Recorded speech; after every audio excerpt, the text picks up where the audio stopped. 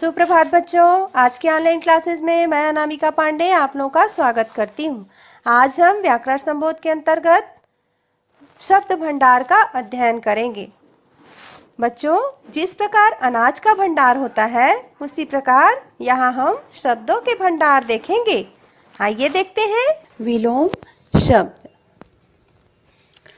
विपरीत अर्थ प्रकट करने वाले शब्द को विपरीतार्थक शब्द या विलोम शब्द कहते हैं।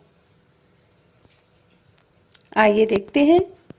विलोम शब्द आधुनिक। आधुनिक का विलोम शब्द उल्टा क्या है? प्राचीन। अनुज। अनुज का उल्टा अग्रज। बड़ा। बड़ा का उल्टा छोटा। हंसना। हंसना का उल्टा क्या होगा? रोना। दिन का उल्टा रात।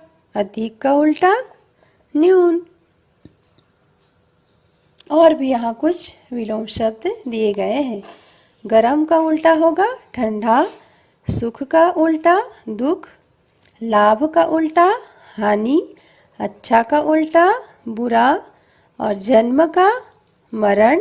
शुद्ध का अशुद्ध। इस प्रकार से हम विलोम शब्द को लिख सकते हैं। विलोम शब्द। विलोम शब्द के प्रयोग हम कैसे कर सकते हैं? व्यक्ति में गुण और दोष दोनों पाए जाते हैं। दूसरों के हित अनहित का भी ध्यान रखना चाहिए। न्यायालय में धनी निर्धन सब एक समान है। पुलिस ने चोर को पकड़ने के लिए आकाश पाताल एक कर दिया। यहाँ हित का विरोधी शब्द है अनहित। धनी का निर्धन और आकाश का पाताल। इस तरह से ये विलोम शब्दों का प्रयोग हमें अपने साहित्य में दिखाई देते हैं। अनेकार्थक शब्द। जिन शब्दों के एक से अधिक अर्थ होते हैं अनेकार्थी शब्द कहलाते हैं। कुछ शब्द ऐसे भी होते हैं जिनके एक से अधिक अर्थ होते हैं। ऐसे शब्दों को अनेकार्थक या अनेकार्थी शब्द कहते हैं। यहाँ देखिए हरि। हरि केवल विष्णु भगवान को नहीं कहते हैं, इंद्र जी को भी हरि कहा जाता है। बंदर को भी हरि कहते हैं। सूर्य को भी हरि कहते हैं। यानी हरि से अनेक अर्थ निकल रहे हैं। यहाँ पर एक हरि लिख देने से केवल विष्णु जी समझना पर्यायवाची कहलाएगा, लेकिन ये पर्यायवाची नहीं है। ये क्या है? अनेकार्थक शब्द है। अनेकार्थक शब्द का तात्पर्य है अनेक अर्थ प्रकट होने वाले शब्द। सारंग।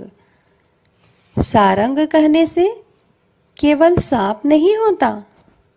कामदेव, धनुष, पुष्प, हिरण, मोर आदि इनके अनेक अर्थ प्रकट होते हैं।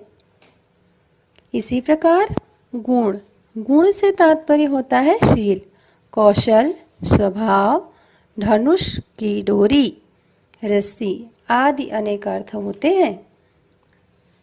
इसी प्रकार मधु। मधु से तात्पर्य केवल शहद से नहीं है। बसंत, मदिरा, एक दैत्य का नाम भी मधु। चैत मास। इस तरह से मधु के अनेक अर्थ प्रकट होते हैं। तात। तात यानी बड़ा भी होता है। तात यानी पूज्य भी होता है। तात यानी भाई भी होता है। और तात यानी प्यारा भी होता है। तात यानी मित्र भी होता है। और तात यानी पिता भी होता है। यानी एक तात से अनेक अर्थ निकलकर सामने आ रहे हैं। इसका तात्पर्य है अनेकार्थक या अनेकार्थी शब्द से। सर। सर यानी होता है दूध, पानी, तालाब, पृथ्वी, मधु, गंगा, अमृत। इतने सारे अर्थ निकलते हैं एक सर बोल देने से, लिख देने से। वो वाक्यों के आधार पर अपने अर्थ ग्रहण करते हैं। पर का प्रयोग देखते हैं। पवन ने मेज पर किताब रखी। यहाँ पर से तात्पर्य है के ऊपर। पवन ने मेज के ऊपर किताब रखी।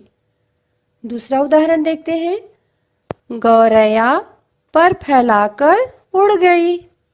यहाँ पर गौरैया एक पक्षी है। पर अर्थात होता है पंख। गौरैया पंख फैलाकर उड़ गई। पर का अगला अर्थ क्या होता है, आगे देखते हैं। वह आया पर मैं उससे मिल ना सकी। यहाँ पर से तात्पर्य लेकिन से है, यानी पर लिखा है और उनके अर्थ भिन्न भिन्न हैं। अनेकार्थक शब्द की ये पहचान है। पर यानी परंतु भी होता है। उदय बहुत अच्छा लड़का है, पर उसमें घमंड भी बहुत है। यहाँ पर से तात्पर्य परंतु से है। आगे और उदाहरण देखते हैं अनेकार्थी शब्दों के। यह लाल चुनरी अच्छी है, चुप हो जा मेरे लाल। ऊपर लिखे लाल रंग को प्रदर्शित कर रहा है और दूसरे लाइन में लिखे लाल पुत्र को प्रदर्शित कर रहा है।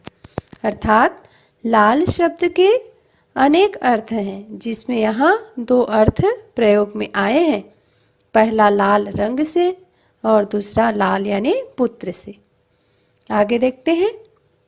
मेरे 2 लाख रुपए घट गए। यहाँ घट जाने से तात्पर्य है कम हो जाने से।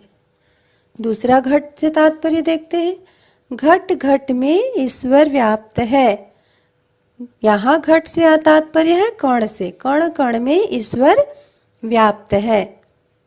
एक और उदाहरण देखते हैं हम अनेकार्थी को लेकर, एक दोहा के माध्यम से।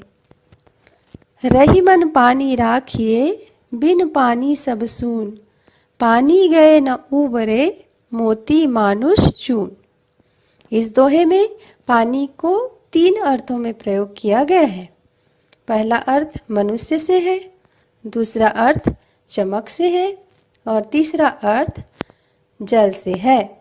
इस तरह से हमें साहित्यों में, काव्यों में, गद्य काव्यांश में हमें अनेकार्थी शब्द दिखाई देंगे, जिसे हमें पहचानना होगा। आज की क्लास में बस इतना ही। अगले वीडियो में फिर मिलेंगे। धन्यवाद।